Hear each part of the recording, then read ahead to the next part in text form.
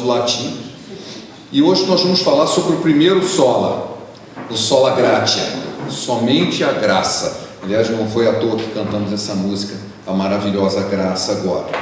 A graça em grego é charis, a palavra charis é o que aparece no Novo Testamento, porque gratia é latim, a Bíblia não foi escrita em latim, a Bíblia foi escrita em grego. Então lá está, charis é a raiz da palavra caridade, significa a graça. Isso para nós é fácil de entender quando você eu quero alguma coisa de graça. Quando você tem alguma coisa de graça, é que você recebe algo pelo qual você não pagou, alguma coisa que você não fez por onde merecer. E é exatamente isso que significa a graça de Deus.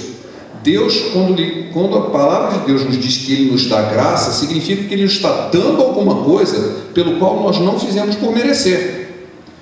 O nosso merecimento, por melhor que a gente pudesse se esforçar, não compensa ou não chega aos pés daquilo que Deus faz por nós. Mas quando os 5 solas lá proposto pela reforma evangélica, reforma protestante, eu prefiro a palavra reforma e não protesto, mas ele queria dizer, era uma crítica que a igreja daquela época estava vendendo salvação. Você comprava o perdão dos seus pecados e comprava a entrada no céu, por antecipação. Assim, olha, eu sei que Deus pode perdoar meus pecados, então eu vejo simplesmente me arrepender e confessar os meus pecados, eu pago e eu recebo um papel escrito por uma autoridade eclesiástica, assim, olha, os seus pecados estão pagos por tanto tempo, ou então estão pagos pela vida toda, seu lugar no céu está garantido. Se desse muito dinheiro, o lugar no céu já estava garantido. E isso era um absurdo, porque não tem nada a ver com o que a Bíblia diz, a palavra de Deus. Isso era uma invenção humana para tomar dinheiro daquelas pessoas interessadas em achar que pudessem manipular a divindade. Quando Lutero propôs que, na verdade, somente a graça, ele estava dizendo que somente Deus pode nos dar isso, nós não podemos comprar. Por que eu vou oferecer dinheiro? Deus é o dono de toda a prata e todo o ouro. Hoje em dia, algumas pessoas de forma mística acendem uma vela para Deus, achando que com isso estão agradando Deus. Ele fez o sol. O que você vai oferecer uma vela? Algumas pessoas oferecem um copo d'água para quem fez o mar. Não tem sentido algum. É mais ou menos comparado assim, o que eu posso fazer para Deus de bom para merecer a graça dele? Nada. Ele já é dono de tudo.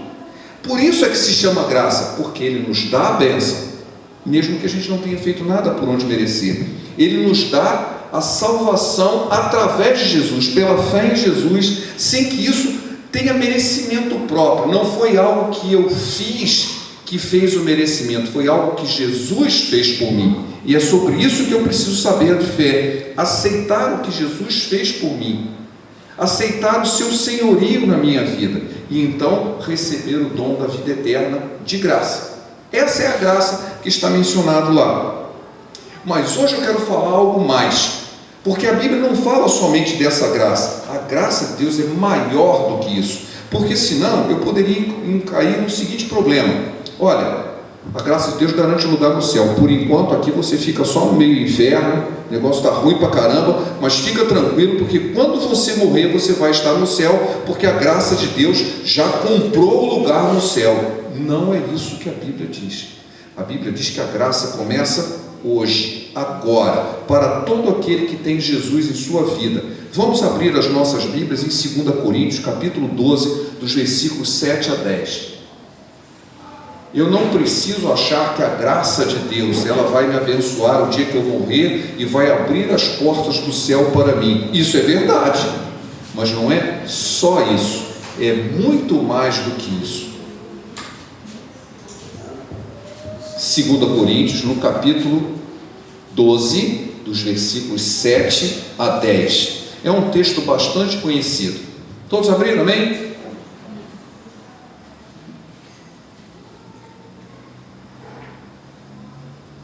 Vamos ler então? E para que eu não me soberbecesse com a grandeza das revelações, foi-me posto um espinho na carne, mensageiro de Satanás, para me esbofetear, a fim de que eu não me exalte.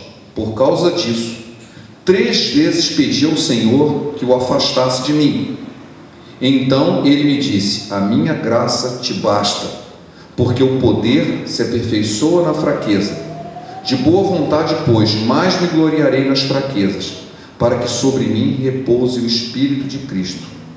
Pelo que sinto prazer nas fraquezas, nas injúrias, nas necessidades, nas perseguições, nas angústias por amor de Cristo, porque quando sou fraco, então é que sou forte. E que o Senhor possa abençoar essa palavra em nosso coração, amém? Nós vamos orar agora pedindo a bênção de Deus por essa mensagem. Eu queria perguntar: alguém gostaria de colocar um pedido de oração para que nós orássemos juntos como igreja?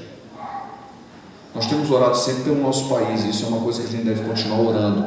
Passamos por momentos muito importantes de definição, viemos numa estrada de trevas e agora nós queremos ir para a luz, e para isso nós temos que orar para que Deus nos abençoe. Alguém tem algum pedido? Vamos orar como igreja então, invocando a presença de Deus para nós nessa hora. Pai, a Tua palavra foi lida e nós te pedimos, clamamos a Ti para que Tu demonstres a Tua presença entre nós, que o Teu Espírito encontre liberdade em nosso coração para falar aquilo que Tu queres, para falar a Tua vontade em nosso coração. Abençoa-nos como igreja, abençoa-nos como povo Teu, Senhor, que o Teu povo possa fazer aquilo que a Tua palavra nos diz, que se nós nos arrependermos e confessarmos nossos pecados, Tu sararias a nossa terra.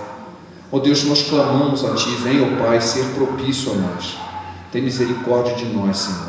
Abençoa este momento, que a Tua palavra fale profundamente ao nosso coração e que saímos daqui mais parecidos com Jesus quando entramos. É em nome dEle que oramos. Amém. Eu não sei quantos conhecem esse texto, mas ele é bem conhecido.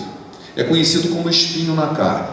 Nós estamos falando de um homem que foi o principal apóstolo, ele plantou praticamente todas as igrejas do Novo Testamento, e foi um grande apóstolo, escreveu mais da metade do Novo Testamento, e alguém poderia dizer: não, esse cara olha, diante de Deus ele é uma bênção, ele é um oficial superior, ele está lá no topo, é daqueles que gozam da presença de Deus, nada demais vai acontecer a ele. Errado. Olha o que ele disse aqui. Ele disse que ele tinha um problema, e não era um problema pequeno, era um problema que já estava há muito tempo, estava incomodando muito. Ele disse: eu tenho um espinho na carne. Quem já pegou um espinho sabe como é que esse negócio dói, né?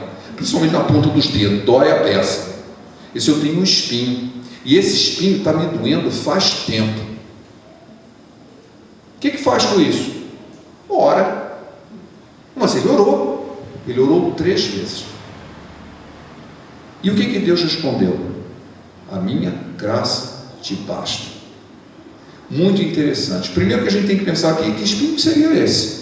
Existem 3 opções possíveis para que espinho seria esse. O primeiro, que algumas pessoas dizem, é uma doença. Ele teria alguma doença no seu corpo, que como toda doença incomoda, e estava incomodando ele no ministério, e ele estava pedindo a Deus que o curasse, tirasse aquela enfermidade, tirasse aquele problema físico que ele possivelmente tivesse. Isso é uma das hipóteses. A outra hipótese é que ele devesse ter algum tipo de tentação, algo que estava prejudicando a vida dele no ministério, ou na vida normal dele, se bem que a vida dele era só ministério a essas alturas, e algo da sua personalidade, algo da sua fraqueza humana o estava tentando, e isso estava prejudicando o ministério. Ele estava pedindo a Deus que tirasse essa tentação da vida dele.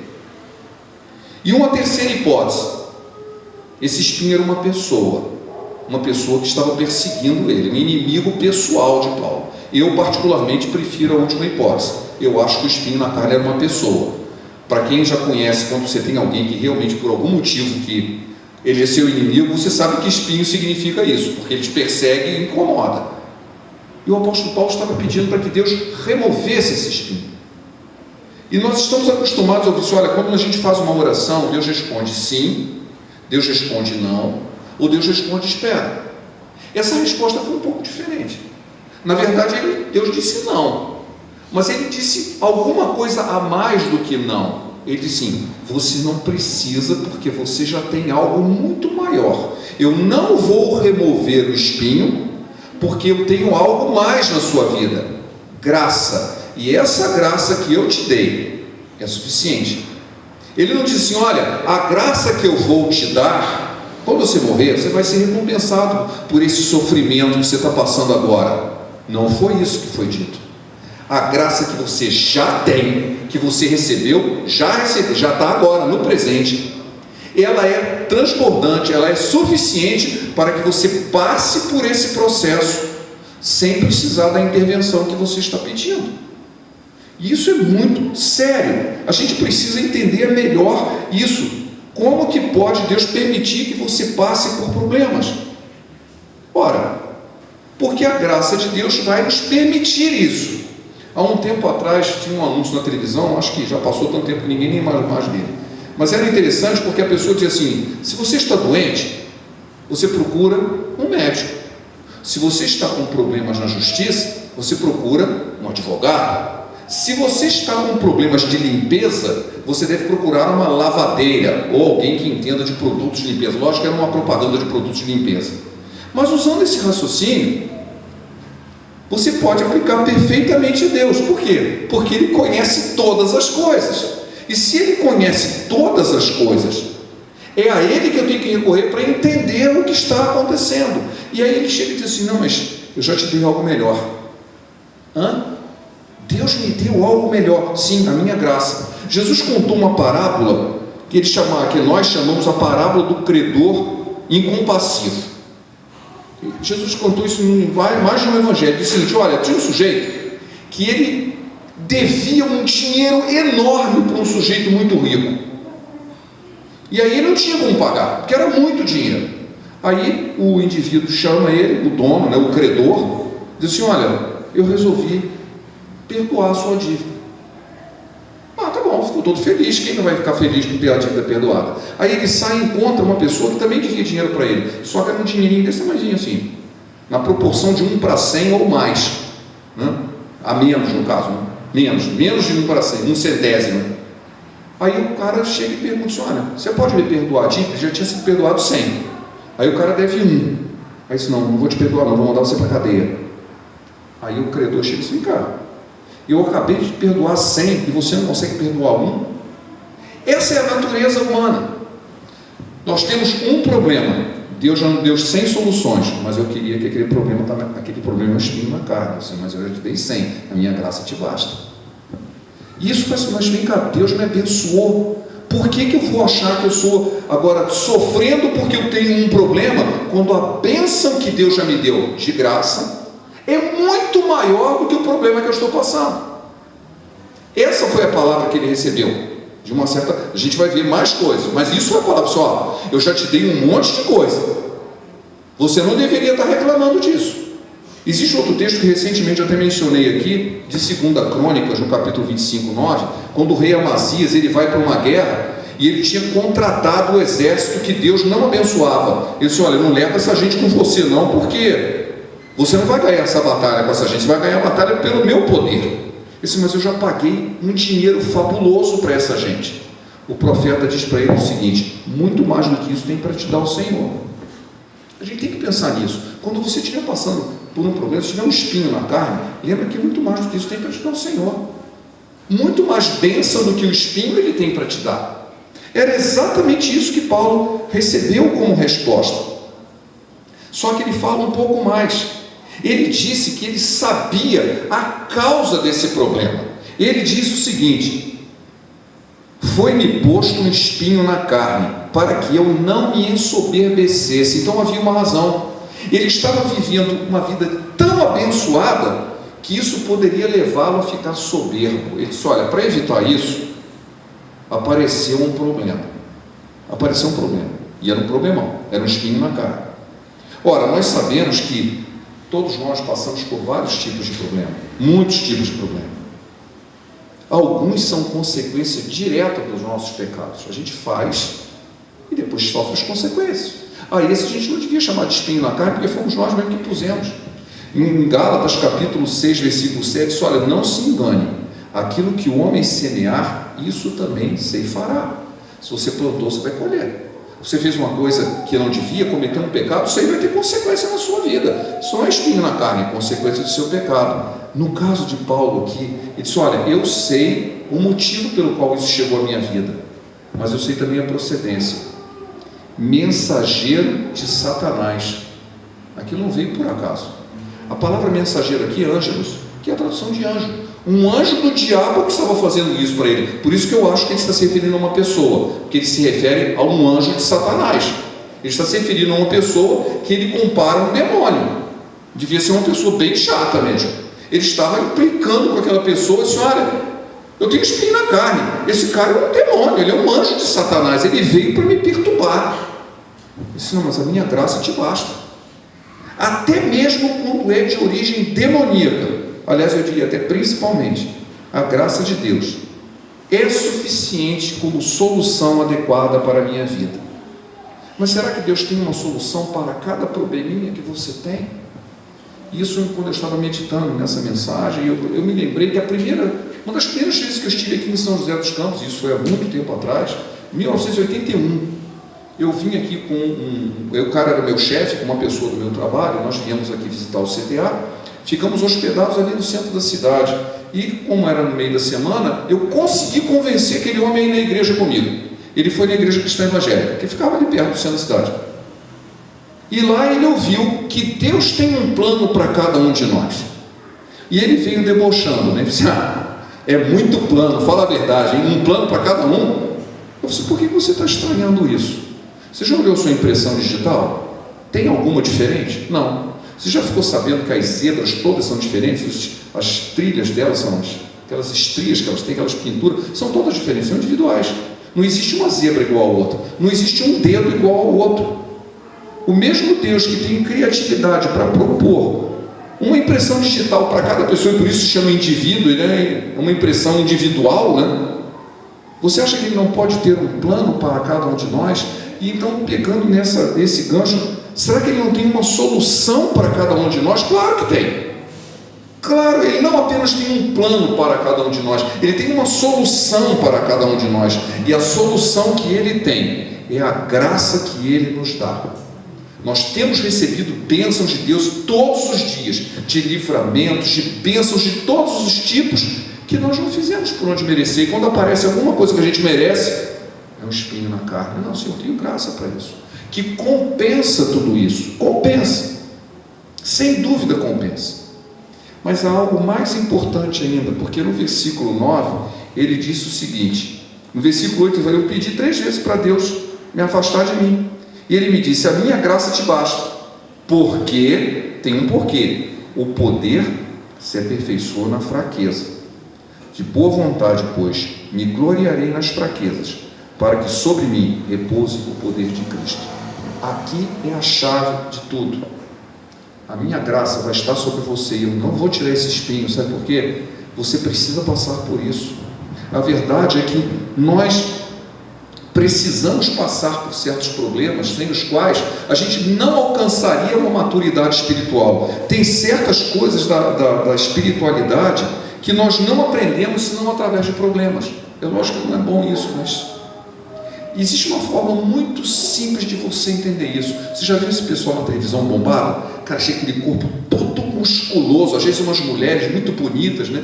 E tem uns aparelhos que eles tentam vender, dizem: olha, põe isso aqui, ele vai ficar tremendo no seu braço, o braço vai ficar musculoso. Mentira, isso não existe. Isso é mentira. Sabe como é que aquele cara ficou daquele jeito? Ele malha 3 horas por dia, todos os dias na academia, e puxa muito peso, faz um esforço danado, aí ele fica daquele jeito.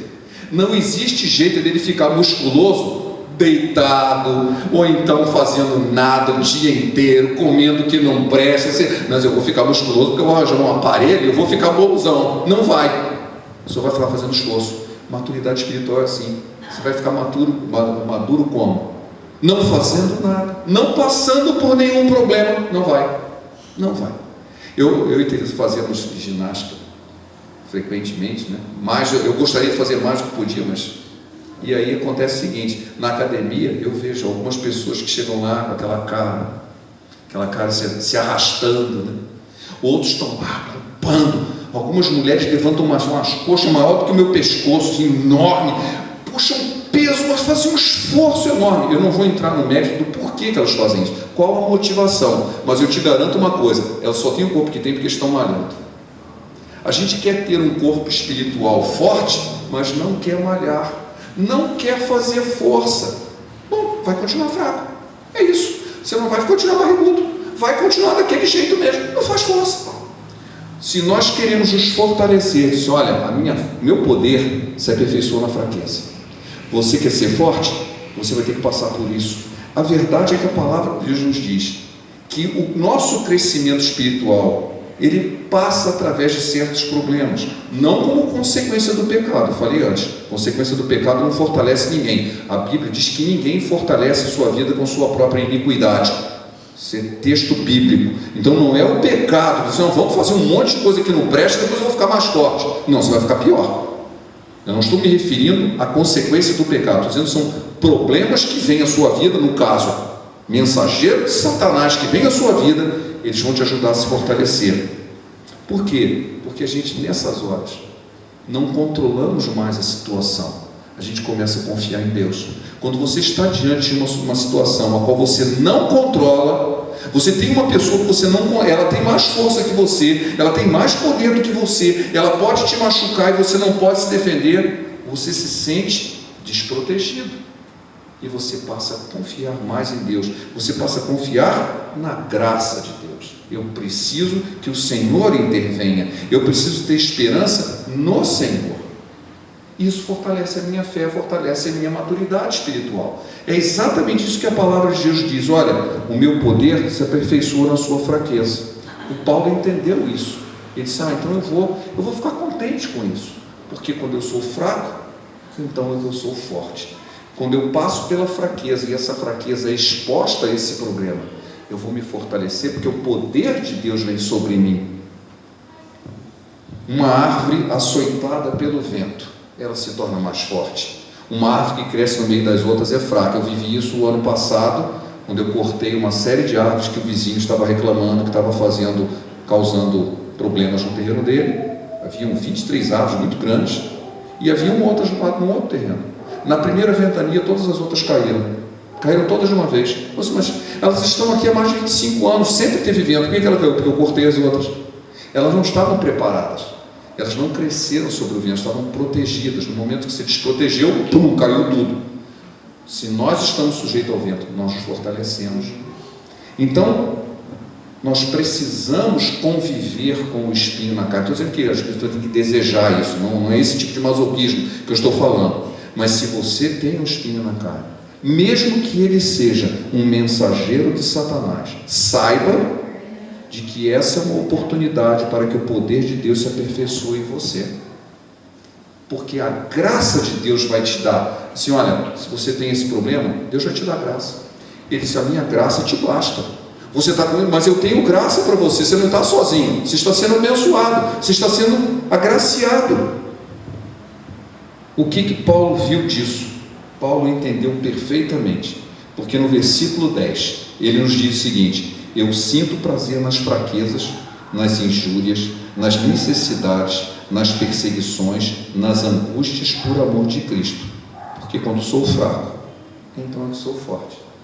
Ele não está falando de nenhuma consequência do pecado, ele está falando perseguição, angústia por amor de Cristo, necessidade, injúria, fraqueza por amor de Cristo. Quando eu sou fraco, então eu sou forte, porque eu sou forte pela graça. A graça nos fortalece. Essa aqui é a mensagem final para essa noite. A graça nos fortalece. É a graça de Deus que nos mantém forte para enfrentar até mesmo os anjos de Satanás em nossa vida. Os espinhos na carne pelos quais passamos são oportunidades para que Deus nos aperfeiçoe espiritualmente, porque a sua graça nos é suficiente, a sua graça nos basta. Eu me lembro que eu passei por uma situação profissional muito séria, e já até compartilhei com uns amigos aqui, há alguns anos atrás, uma pessoa que trabalhava comigo, por uma vingança pessoal, ela foi no Ministério Público e fez uma série de denúncias contra mim, de corrupção, uma série de denúncias, um monte. Na mesma época, eu lembrei desse texto exatamente, na mesma época, o diretor do CTA, que é um brigadeiro de 3 estrelas, ele me chamou, e ele sabia o que estava acontecendo, e ele me deu um cargo mais elevado ainda. Por isso eu não fiz absolutamente nada com relação a isso. Eu podia ter entrado na justiça, podia ter reagido, podia ter feito um monte de coisa. Eu não fiz nada, porque de repente, quando ele me chamou, ele me cumprimentou e disse: olha, esse projeto está nas suas santas mãos. Quando ele disse isso, é graça de Deus. A graça de Deus está maior do que o espinho na carne. Eu tinha um espinho na carne, mas a graça de Deus era maior. Eu esqueci aquilo, eu não vou nem lembrar que isso está acontecendo. Por quê? Porque a graça de Deus é maior. Ele me deu graça. Tinha esse problema, o problema é real, está acontecendo, mas Deus está abençoando, porque a graça de Deus é maior. E foi realmente uma grande bênção na minha vida. Não estou dizendo que foi bênção o problema, o espinho na carne, mas cedo ou mais tarde ele saiu sozinho, acabou.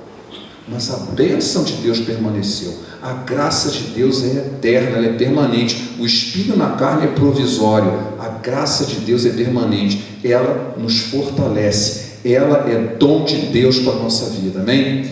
Então lembre-se, meus irmãos, quando você estiver passando por uma situação que você possa considerar, isso é um espinho na carne, isso é um filho do diabo que está na minha vida, lembre-se disso, mas a graça de Deus é maior, a graça de Deus te basta, ela te fortalece e ela é permanente, enquanto o espírito, a carne, espinho na carne, é provisório, é passageiro. A graça de Deus é permanente e nos fortalece, amém? Vamos orar? Pai, obrigado por esse momento, onde partilhamos a Tua palavra, onde ouvimos o Teu Espírito falar. Ó Pai, que lembremos de tudo aquilo que temos vivido na Tua presença e tenhamos certeza de que a Tua graça nos basta, porque Tu nos tem abençoado, Tu nos tem conduzido, Tu tem sido fiel em nossas vidas. A Tua palavra tem sido verdade na vida de cada um de nós. Por isso te agradecemos e te imploramos, ó Pai, continua sendo verdade em nossas vidas. Fortalece-nos, Senhor, pela Tua graça. É o que te pedimos em nome de Jesus. Amém.